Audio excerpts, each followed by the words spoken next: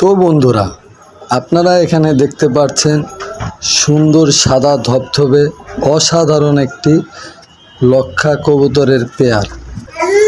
এই পেয়ারটি আপনাদেরকে নিতে হলে আপনাদেরকে আসতে হবে মিরপুর 12 নম্বর কালশি নতুন রাস্তা বড় মসজিদের অপোজিট সাইডে।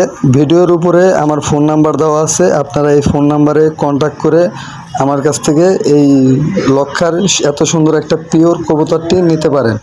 কবুতরটির দামও খুবই অল্প এবং সীমিত।